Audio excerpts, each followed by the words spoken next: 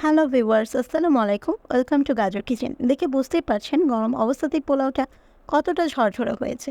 খুব সাধারণভাবে আর সহজভাবে এই ঝরঝরে অসাধারণ স্বাদের পোলাও রেসিপিটি আপনাদের সাথে শেয়ার করছি। পোলাও তৈরির জন্য প্রথমে চুলায় একটি ফ্রাইং প্যান গরম করে নিয়ে এর ভেতর 1 কাপ পেঁয়াজ কুচি দিয়ে দিয়েছি। পেঁয়াজ থেকে পানিটা একটু ড্রাই হয়ে যাওয়ার পর এর ভেতর 1/4 কাপ সরিষার তেল দিয়ে দিচ্ছি। এখানে সয়াবিন তেলও ইউজ করতে পারেন। পেঁয়াজটা একটু ভেজে নেব, এটা লাল করার প্রয়োজন নেই, হালকা একটু ভেজে নিচ্ছি। এর ভেতর 2টা তেজপাতা 4 টুকরা করে দিয়েছি, 2টা দারুচিনি ভেঙে টুকরা টুকরা করে এখানে দিয়ে দিচ্ছি, 3 থেকে 4টা এলাচ দিয়ে দিচ্ছি। গরম মশলাগুলোকে পেঁয়াজের সাথে একটু ভেজে নিব, তাহলে স্মেলটা ভালো আসবে পোলাওয়ের। পোলাও রান্নার জন্য পেঁয়াজগুলোকে খুব বেশি লাল করে ভাজার প্রয়োজন নেই। যখন এমন একটা কালার এসছে এর ভেতর পোলাওয়ের চালটা দিয়ে দিচ্ছি। আধা কেজি পোলাওয়ের চাল দিয়ে দিচ্ছি। এখানে চিনি গুঁড়া পোলাওয়ের চাল ইউজ করেছি। চালটা আগে থেকে ধুয়ে পানি ঝরিয়ে রেখেছিলাম। চালটা আগে থেকে ধুয়ে পানি ঝরিয়ে রাখলে চালটা তাড়াতাড়ি সিদ্ধ হয়ে যায় আর পোলাওটাও অনেক বেশি ঝরঝরে হয়। এই জন্য এই কাজটা আগে থেকে করে নেবেন। চালের ভেতর লবণ দিয়ে দিচ্ছি 1 টিস্পুন আর আদা পেস্ট দিয়ে দিচ্ছি 1/2 টিস্পুন। লবণ আর আদা পেস্ট পোলাওর চালের সাথে ভালোভাবে মিশিয়ে নেওয়ার পর এই চালগুলোকে ভালোভাবে ভেজে নিব। চুলার আঁচ মিডিয়াম টু লোতে রেখে ভালোভাবে চালটাকে ভেজে নেব আর খেয়াল রাখবো যাতে নিচ থেকে লেগে না যায়। এই চালটা যত বেশি ভেজে নেওয়া হবে পোলাওটা তত বেশি ঝরঝরে হবে। টোটাল 8 থেকে 10 মিনিট চালটা আমি ভালোভাবে ভেজে নিয়েছি।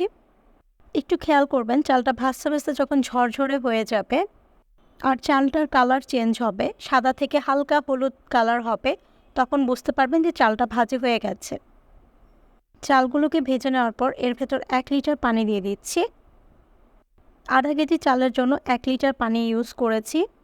পোলাও রান্নার ক্ষেত্রে সবসময় চাল যতটা হবে পানি তার ডাবল হবে। চুলার আঁচ মিডিয়ামে রেখে প্যানটিকে ঢেকে 10 থেকে 15 মিনিটের জন্য রান্না করে নিব। পানিটা যখন টেনে গিয়েছে আর পোলাওয়ের অবস্থা ঠিক এরকম হয়েছে, এই পর্যায়ে আমি ঢাকনাটা খুলে নিচ্ছি।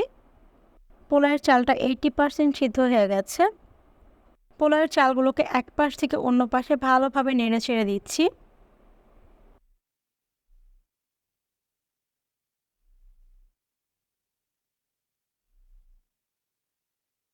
পোলাওয়ের চালগুলোকে ভালোভাবে উল্টে পাল্টে মিশিয়ে নেওয়ার পর এর উপর দিয়ে 1 টিস্পুন ঘি ছড়িয়ে দিচ্ছি। ঘিটা অপশনাল, চাইলে দিতেও পারেন, আবার স্কিপও করতে পারেন, তবে ঘিটা দিলে স্মেলটা অনেক ভালো আসে আর টেস্টটাও অনেক বেড়ে যায় পোলাওয়ের। এখন চুলার আঁচ একদম লো করে দিয়ে এটাকে ঢেকে 10 মিনিটের জন্য দমে দিয়ে রাখছি।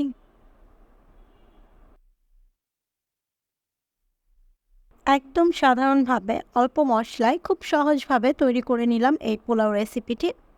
আগে থেকে কিছু পেঁয়াজের বেরেস্তা করে রেখেছিলাম, এই পেঁয়াজের বেরেস্তাটা পোলাওর উপর দিয়ে ছড়িয়ে দিচ্ছি। এতক্ষণ সাথে থাকার জন্য ধন্যবাদ।